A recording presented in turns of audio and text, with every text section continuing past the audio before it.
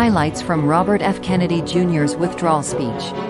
The DNC ran a sham primary to prevent a serious challenge to President Biden.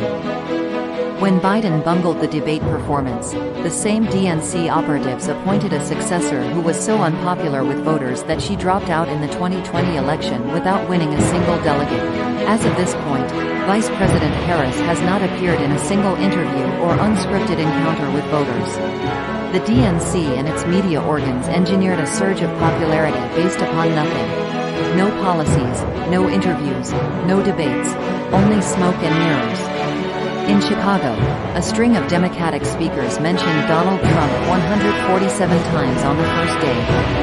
In contrast, at the RNC convention, President Biden was mentioned only twice in 4 days. President Biden mocked Vladimir Putin's 88% landslide in the Russian elections, observing that Putin and his party controlled the Russian press and that Putin prevented serious opponents from appearing on the ballot. But here in America, the DNC also prevented opponents from appearing, in the same way.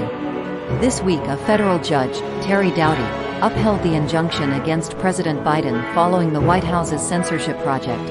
Quote, "The most egregious violation of the First Amendment in the history of the United States of America."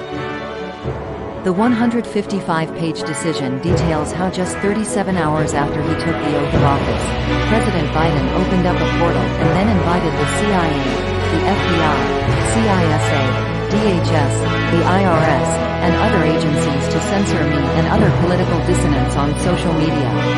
Oppressors don't censor lies. They don't fear lies. They fear the truth, and that's what they censor. Tiny Ukraine is a proxy in a geopolitical struggle initiated by the ambitions of the U.S. neocons where American global hegemony. I'm not excusing Putin for invading Ukraine. He had other options. But the Russian war is Russia's predictable response to the reckless neocon project of extending NATO to encircle Russia. This is a hostile act the media rarely explain to Americans. We unilaterally walked away from 2 intermediate nuclear weapons treaties with Russia and then put nuclear Aegis missile systems in Romania and Poland. This is a hostile act. The Ukraine war began in 2014 when U.S. agencies overthrew the democratically elected government of Ukraine and installed a hand-picked pro-Western government that launched a deadly civil war against ethnic Russians in Ukraine. In 2019, America walked away from the Minsk Agreement, a peace treaty negotiated between Russia and Ukraine by European nations. In April of 2022, President Biden sent Boris Johnson to Ukraine to force President Zelensky to tear up a peace agreement that he and the Russians had already signed. The Russians were withdrawing troops from Kyiv and Donbass, Luhansk, and that peace agreement would have brought peace to the region and would have allowed Donbass and Luhansk to remain part of Ukraine. We pushed Russia into a disastrous alliance with China and Iran. We're closer to the brink of nuclear exchange than at any time since 1962, and the neocons and the White House doesn't seem to care at all. President Trump suggested that we join forces as a unity party.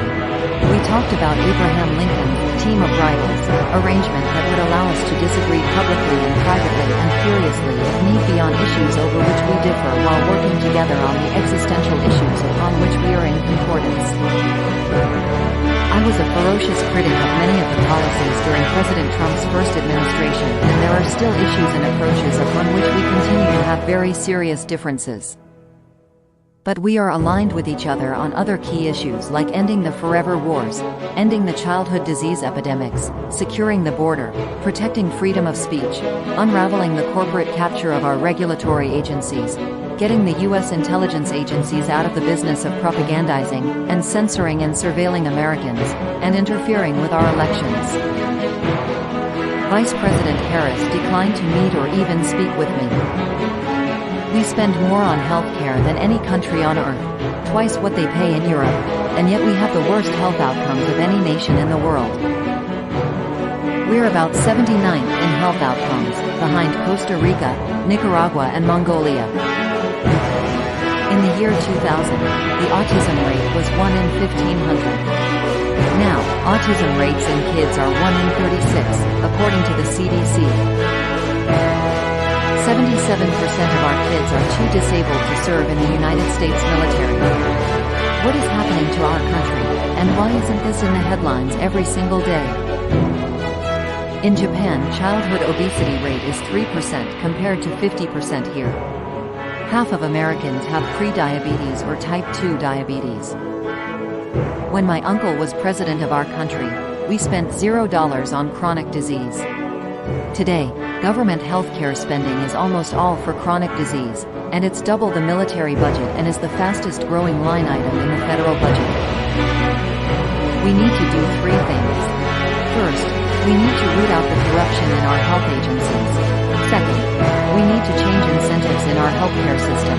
And third, we need to inspire Americans to get healthy again.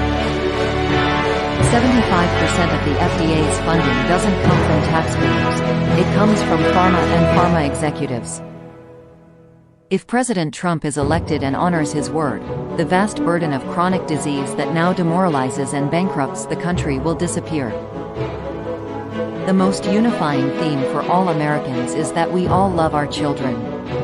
If we all unite around that issue now, we can finally give them the protection, the health, and the future that they deserve.